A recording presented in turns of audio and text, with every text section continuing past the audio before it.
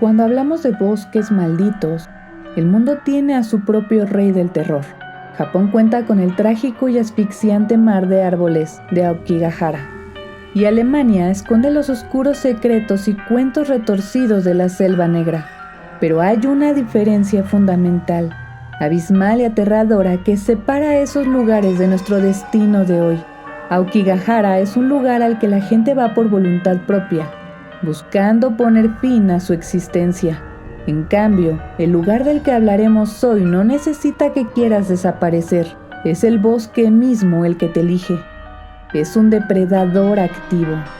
Bienvenidos al bosque de Ohayabashu, el vértice más oscuro de nuestro mundo.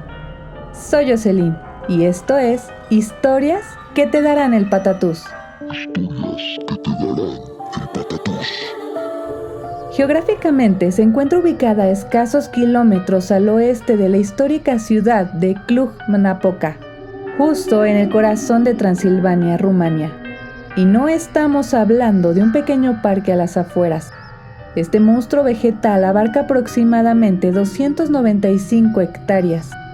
Es un océano de árboles que forman sombras opresivas y de un aislamiento tan profundo que en cuanto das 20 pasos hacia su interior, los sonidos de la civilización y de la ciudad vecina se cortan de tajo, sumergiéndote en un silencio antinatural. El primer aviso de que has cruzado una frontera hacia lo inexplicable te lo da la propia naturaleza. El perímetro exterior del bosque es una pesadilla visual que la botánica moderna ha intentado justificar sin ningún éxito. Los troncos de los árboles no crecen erguidos hacia el sol. En su lugar, cientos de ellos se curvan bruscamente en la base, casi en un ángulo cerrado, arrastrándose paralelos al suelo por un momento antes de volver a subir, como si estuvieran arrodillándose o retorciéndose del dolor, o intentando escapar de algo enterrado bajo ellos. Los científicos llaman a esto un fallo extremo de algo llamado gravitropismo negativo, que es la regla biológica que dicta que las plantas deben crecer en dirección opuesta a la fuerza de gravedad, combinado con un fototropismo anómalo. Así se le llama a la respuesta de crecimiento de las plantas hacia una fuente de luz, y puede ser anómala si la distribución de la luz es desigual, provocando que una planta crezca torcida. Los académicos escépticos han intentado culpar a patrones de vientos inusuales, incluso al peso aplastante de la nieve en invierno, pero la realidad en el terreno destruye esa teoría. En una misma área encuentras árboles que crecen perfectamente rectos junto a esqueletos deformes. Entonces, ¿qué es lo que realmente causa esa deformación? Y tienen una característica más. La corteza de estos árboles curvos suele estar cubierta por un musgo de tono verde radioactivo, casi tóxico bajo la luz del atardecer, creando un paisaje liminal, un laberinto asfixiante donde la madera parece tener huesos rotos y articulaciones invertidas. Esta hostilidad del entorno se vuelve letal cuando cambian las estaciones. Los registros históricos y los diarios de investigadores apuntan a que la gran mayoría de las desapariciones ocurren durante el final del otoño y el crudo invierno, específicamente entre octubre y enero. Durante estos meses, una niebla espesa desciende sobre las 295 hectáreas. Esta bruma, que en las grabaciones de video suele reflejar sutiles destellos violeta y azules eléctricos, borra cualquier punto de referencia. Se estima que desde que comenzaron los registros oficiales a mediados del siglo XX, más de 1000 personas han desaparecido sin dejar un solo rastro en esta zona. 1000 historias sin resolver, cuerpos que jamás fueron recuperados, y huellas en la nieve que simplemente se detienen, como si las víctimas hubieran sido arrancadas hacia el cielo. La abrumadora cantidad de incidentes y la imposibilidad de encontrar respuestas han obligado a las autoridades locales a crear protocolos, reglas no escritas basadas en el miedo. Aunque en las orillas hay senderos para ciclistas, La regla de oro de la policía de Cluj-Napoca y de los equipos de rescate es estricta. Si alguien se extravía en los sectores profundos, la búsqueda se suspende inmediatamente al caer el sol. Ningún guardia forestal, por más armado o entrenado que esté, patrulla las cuadrículas interiores en la madrugada. Saben perfectamente que adentrarse con perros rastreadores en la oscuridad solo resulta en animales aterrorizados que se niegan a caminar y en el altísimo riesgo de perder a sus propios oficiales en la niebla. De hecho, no es necesario buscar muy lejos para entender el nivel de respeto que se le tiene a este espacio. El propio nombre del bosque es un monumento funerario a estos sucesos de desaparición. Hoya Bashu no es un término botánico antiguo, es el nombre de su víctima más célebre. Bashi era un pastor local que, confiando ciegamente en su experiencia y riéndose de las supersticiones, decidió usar este bosque como un atajo rápido para trasladar a su rebaño completo. Bashi entró en la espesura retorcida acompañado de más de 200 ovejas, y eso fue lo último que el mundo supo de él. Las cuadrillas de búsqueda no encontraron un solo mechón de lana enganchado en las ramas, ni huesos, ni los cencerros de los animales, ni el cuerpo del pastor. 201 almas fueron simplemente borradas de la faz de la tierra en una sola tarde, engullidas por la madera. Ese es el umbral que acabamos de cruzar, un espacio donde la física falla, donde las autoridades marcan una línea invisible en el barro, y donde la vegetación se deforma para advertirte que estás caminando directo hacia las fauces del abismo. Y si logras avanzar lo suficiente a través de este laberinto sin perder la cordura, llegarás al lugar al que el propio bosque le tiene terror, la verdadera zona de la pesadilla. Y aunque los lugareños saben perfectamente que no deben caminar entre esa madera retorcida, hay un punto exacto en el corazón de Hoya Bashu que atrae a los investigadores y a los más curiosos como un imán hacia lo desconocido. Un enigma circular al que todos llaman el claro. Imagina que te adentras en la espesura y dejas atrás los límites seguros del mundo exterior. La iluminación de Hoya Bashu comienza a cambiar. La luz del sol lucha por filtrarse entre las ramas encorvadas, creando sombras alargadas que parecen moverse cuando no las miras directamente. Bajo ciertas condiciones atmosféricas o a través de los lentes de las cámaras, la neblina que se levanta del suelo parece adquirir un sutil y antinatural tono violeta, bañando el entorno en una atmósfera que te grita que no deberías de estar allí, cuando de repente la vegetación se detiene en seco, formando un círculo geométricamente perfecto en medio de la nada. El claro es exactamente eso. Una circunferencia de tierra estéril donde no crece ni un solo arbusto, ni una brizna de hierba, ni un solo árbol. Es un gigantesco espacio a cielo abierto, una anomalía visual que rompe con la lógica de la naturaleza. Durante décadas, biólogos y geólogos han tomado muestras de esta tierra, esperando encontrar altos niveles de radiación, metales pesados o alguna toxina que explique por qué la flora se niega a cruzar esa frontera invisible. Los resultados siempre son los mismos. La tierra es perfecta. Tiene los nutrientes necesarios, la humedad adecuada y no hay rastro de toxicidad. Científicamente, los árboles deberían de crecer allí. Pero es como si la naturaleza misma le tuviera pavor a ese círculo. Quienes se atreven a pararse justo en el centro del claro, relatan una sensación abrumadora de ser observados. Afirman que el silencio es tan denso que lastima los oídos, hasta que de pronto la quietud se rompe por frecuencias inexplicables. No son voces claras, sino susurros incorpóreos, ruidos de estática y chasquidos que parecen imitar el nombre de los visitantes, rebotando entre los troncos como si el bosque estuviera intentando comunicarse o imitar a los humanos que acaban de entrar. Pero el verdadero peligro de Hoya Bashu no es lo que escuchas, sino lo que le hace a tu cuerpo y a tu percepción de la realidad. El bosque tiene un mecanismo de defensa, una incompatibilidad biológica con los seres humanos. A los pocos minutos de exposición, en las zonas más profundas, los visitantes comienzan a experimentar síntomas físicos severos, una migraña punzante que nubla la vista, náuseas repentinas y un frío intenso que cala hasta los huesos, a pesar de ser pleno verano. Y luego, la piel reacciona.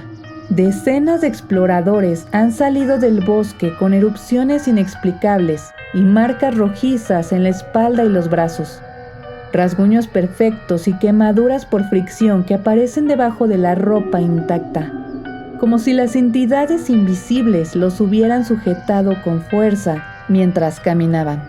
Sin embargo, el fenómeno más perturbador, el que ha consolidado a Hoia Baciu como una verdadera falla en el tejido de nuestro mundo, es el tiempo perdido.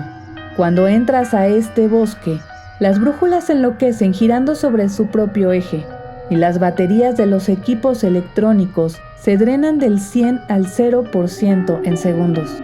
Pero no solo la tecnología falla, la física misma parece colapsar. Existen registros documentados de excursionistas que ingresan al bosque para hacer una caminata corta. Para ellos la experiencia dura un par de horas. Sienten que han caminado unos pocos kilómetros bajo el sol de la tarde, pero al encontrar la salida y regresar a sus vehículos, descubren que es de noche, no la noche de ese mismo día, sino la de 3 o 4 días después. Sus relojes están detenidos en la hora exacta en la que cruzaron el perímetro de los árboles. Físicamente no tienen hambre ni deshidratación extrema. Sus cuerpos no registraron el paso de esos días, pero para el resto del mundo estuvieron desaparecidos por casi una semana. Sus mentes fueron secuestradas y puestas en pausa mientras caminaban por un espacio donde los minutos y los años se mezclan. Y si crees que perder un par de días es aterrador, espera a conocer la historia de la niña que cruzó el claro y lo que ocurrió cuando el bosque finalmente decidió devolverla. Esta es la historia más estremecedora que ha marcado a las aldeas cercanas. Comenzó una tarde de otoño. Una niña de apenas 5 años, hija de campesinos locales, se alejó unos metros de su patio persiguiendo una mariposa, o según dicen las malas lenguas, siguiendo una voz que la llamaba desde la espesura. Cruzó la línea de los árboles torcidos y en un parpadeo, la maleza se tragó su rostro. Durante semanas, grupos de búsqueda recorrieron cada metro cuadrado del terreno disponible. Utilizaron perros rastreadores, pero los animales al llegar al límite del bosque lloraban. Metían la cola entre las patas y se negaban rotundamente a avanzar, aterrorizados por un olor o una presencia que los humanos no podían detectar. La búsqueda se abandonó. Pasaron los meses, luego los años.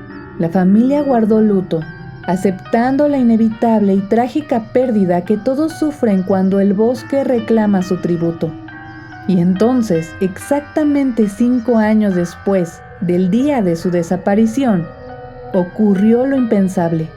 Cerca del perímetro del claro, entre los árboles que parecen inclinarse, una figura emergió, caminando tranquilamente hacia la aldea. Era la niña. No apareció desnutrida, ni asustada ni enloquecida por haber sobrevivido sola en un entorno hostil. Lo que dejó paralizados a sus padres y a las autoridades fue su aspecto. La niña llevaba exactamente la misma ropa que el día en que desapareció. El vestido no estaba rasgado, ni cubierto de lodo, ni desgastado por 5 inviernos transilvanos. Estaba intacto. Pero el terror real, el detalle que rompe cualquier explicación científica y se clava directo en la paranoia, es que la niña no había crecido ni un solo milímetro. Físicamente seguía teniendo 5 años. Sus facciones, su cabello, su tamaño, el tiempo no la había tocado. Cuando los médicos y sus padres lograron calmarse lo suficiente para preguntarle dónde había estado todo este tiempo, la respuesta de la pequeña heló la sangre de todos los presentes. Ella no recordaba haber pasado 5 años en la oscuridad. Para su mente solo habían transcurrido unos pocos minutos. Dijo que persiguió algo brillante entre los árboles. Caminó por un lugar donde el sol no se movía y al darse la vuelta regresó a su casa. 5 años de historia humana, condensados en lo que ella percibió como una caminata de 20 minutos por un espacio que no obedece las reglas de nuestro universo. Este nivel de alteración de la realidad no es un caso aislado. Existen expedientes fotográficos, muchos de ellos capturados por el biólogo Alexandru Sift en la década de los 60, que muestran el momento exacto en que la falla temporal ocurre. El biólogo acampó durante semanas en Hoia Bashu, obsesionado con el claro. Durante sus expediciones tomó cientos de fotografías tratando de documentar la extraña flora. Al revelar los rollos en su laboratorio en Cluj-Napoca, descubrió que la lente de su cámara había captado lo que sus propios ojos no pudieron ver. En las fotografías aparecían sombras humanoides, figuras sin rostro asomándose detrás de los troncos encorvados, y discos oscuros suspendidos en el aire sobre las copas de los árboles. Alexandru no fotografió fantasmas tradicionales.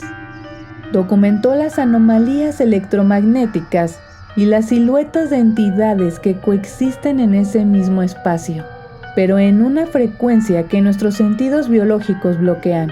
Es el equivalente a caminar por una habitación oscura, sabiendo que hay algo respirando a escasos centímetros de tu cara, pero sin poder verlo hasta que enciendes el flash de la cámara. Y para cuando ves la foto, te das cuenta de que la sombra ha estado parada a tu lado todo el tiempo. El bosque Hoia Bashu no es simplemente un pedazo de tierra con magnetismo inusual. Es una puerta que quedó entreabierta, un error en el código de nuestro mundo, donde el tiempo se estira como un elástico y donde la naturaleza misma ha evolucionado para rechazar la presencia humana. Y si el tiempo perdido, la paranoia asfixiante y las deformidades biológicas no fueran suficientes, hay una pieza final en este rompecabezas tóxico que catapultó a Hoia Bashu a la fama mundial. Una capa extra de misterio que sugiere que el bosque no solo está conectado con dimensiones desconocidas, sino quizá con observadores mucho más lejanos. Hablemos de los cielos sobre Transilvania. La región ya era temida por los locales desde hace siglos, pero en agosto de 1968, Hoia Bashu capturó la atención de los gobiernos y ufólogos de todo el mundo. Emil Barnea, un ex técnico militar que ignoraba por completo las advertencias y leyendas sobre el lugar, decidió acampar cerca del claro, con su pareja y unos amigos durante un soleado fin de semana. No buscaba anomalías, simplemente quería salir de la ciudad. Eran las 13:23 horas, a plena luz del día, cuando Barnea, que había salido a buscar leña, escuchó los gritos de sus compañeros. Al volver la vista hacia el claro, el técnico militar no vio ramas rotas ni niebla purpúrea. Vio un objeto, un inmenso disco metálico completamente silencioso y de color plateado, que levitaba majestuosamente sobre la copa de los árboles retorcidos. Barnea, entrenado para actuar rápido, tomó su cámara y alcanzó a tomar 4 fotografías nítidas antes de que el objeto acelerara bruscamente hacia arriba y se perdiera en las nubes. Estas no fueron fotografías borrosas en la oscuridad. Las imágenes de Barnea fueron examinadas minuciosamente por expertos internacionales y laboratorios independientes. La conclusión fue unánime e inquietante. Los negativos eran 100% auténticos. No había doble exposición, no eran modelos colgando de un hilo ni manchas en el lente. Algo físico, tecnológico y desconocido estaba sobrevolando el bosque. A partir de ese evento, las compuertas se abrieron. Durante los años 70 y 80, decenas de testigos, incluyendo científicos, guardias forestales y campesinos, comenzaron a reportar y fotografiar esferas de luz, moviéndose erráticamente entre la densa vegetación y volando a velocidades imposibles sobre el perímetro. Se reportaron avistamientos de formas cilíndricas que bajaban al bosque y desaparecían entre la maleza, acompañadas de apagones masivos en los equipos de los investigadores que acampaban en la zona. Esto nos plantea una duda escalofriante. El claro, esa zona circular perfectamente delimitada donde la Tierra se niega a crear vida vegetal, ¿es un simple fallo electromagnético de la Tierra? ¿Una puerta a otra realidad temporal que enloquece a los relojes y aísla a quienes la cruzan? ¿O es algo más estructurado? ¿Es posible que el claro sea en realidad una plataforma de aterrizaje? ¿Un punto de encuentro y experimentación camuflado en el aislamiento, donde entidades que no pertenecen a nuestro plano o a nuestro planeta bajan a recolectar muestras? Lo cual explicaría por qué los perros se niegan a entrar, por qué las baterías se drenan casi al instante por campos magnéticos extremos, y tal vez por qué 1000 personas han desaparecido hacia el cielo sin dejar un rastro en el lodo. El bosque es una anomalía viva, sí, pero la idea de que algo inteligente lo esté usando como su base de operaciones secretas convierte la caminata por Hoya Bashu no solo en un acto de supervivencia contra la naturaleza, sino contra algo que nos observa desde arriba, en completo y absoluto silencio. Y si después de escuchar esto tu curiosidad te lleva a Europa del Este y te encuentras frente a una pared de árboles que se retuercen en un verde irreal y tóxico, si sientes que el silencio es demasiado pesado y que las brújulas empiezan a girar sin control, ya sabes que debes darte la vuelta de inmediato. No mires hacia el claro, no respondas si escuchas que el viento pronuncia tu nombre. Y por lo que más quieras, no intentes cruzar creyendo que solo será un par de horas, porque Hoya Bashu está esperándote. Y puede que el bosque te deje salir mañana, o puede que te devuelva al mundo cuando todos los que conoces ya te hayan olvidado. Soy Jocelyn, y esto fue Historias que te darán el patatús. Nos escuchamos en la próxima. Historias que te darán el patatús.